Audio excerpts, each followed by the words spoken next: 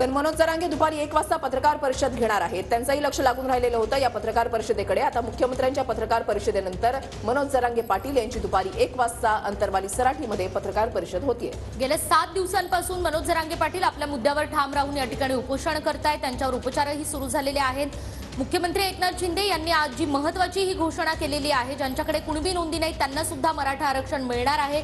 त्यामुळे आता दुपारी 1 वाजता पत्रकार परिषदेत जरांगे नेमकं काय बोलतात त्याकडे आपलं लक्ष असेल. मगाशी सुद्धा TV9चे आमचे प्रतिनिधी त्यांनी त्यांच्याशी बोलण्याचा प्रयत्न केला, मात्र आपल्याला गळ्याला त्रास होत असल्यामुळे दुपारी 1 वाजताच्या पत्रकार परिषदेमध्ये आपण सविस्तरपणे बोलू असं मनोज जरांगे पाटलांनी म्हटलेलं आहे. महेंद्र मुदळकर आमचे प्रतिनिधी आमच्या सोबत आहेत. महेंद्र, ही संपूर्ण पत्रकार परिषद जी आहे मुख्यमंत्री एकनाथ शिंदेंची, ती जरांगे पाटील यांनी पाहिलीच असेल.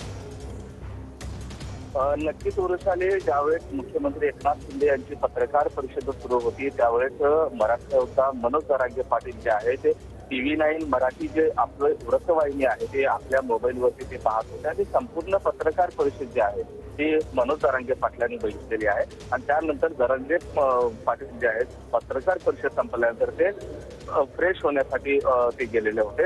एकंदरीत जर त्यांच्या चेहऱ्याकडे पाहिलं तर कुठंतरी मुख्यमंत्र्यांनी जी भूमिका जी घेतलेली आहे, जी आश्वासक जे भूमिका मांडलेली आहे ती कुठंतरी मनोज जरांगे पाटलांना योग्य वाटली असावी असं त्यांच्या चेहऱ्याकडे पाहताना आपल्याला पाहायला मिळते. साधारणतः आम्ही त्यांच्याशी बोलण्याचा प्रयत्न केला होता, मात्र काही वेळ त्यांनी आमच्याशी बातचीत केलेली आहे आणि त्यानंतर त्यांच्या बोलण्याकडे त्यांच्या भाषाला जी आहे ती कोरड पडलेली आहे, त्यामुळे त्यांना त्रास होतोय म्हणून ते जास्त बोलणं टाळलेलं आहे. आणि 1 वाजता त्यांची पत्रकार परिषद देखील आता त्यांनी जारी केलेली आहे. साधारणतः 1 वाजता मनोज जरांगे पाटील पत्रकार परिषदेमध्ये काय बोलतील. खरंच मुख्यमंत्र्यांनी जी पत्रकार परिषद घेतली, ज्या पत्रकार परिषदेमध्ये जे मुद्दे त्यांनी मांडले ते आता जरांगे पाटलांना मान्य आहेत का, ते आता 1 वाजता. नक्कीच धन्यवाद महेंद्र दिलेल्या सविस्तर माहितीसाठी. आणखी एक महत्त्वाची बातमी येते.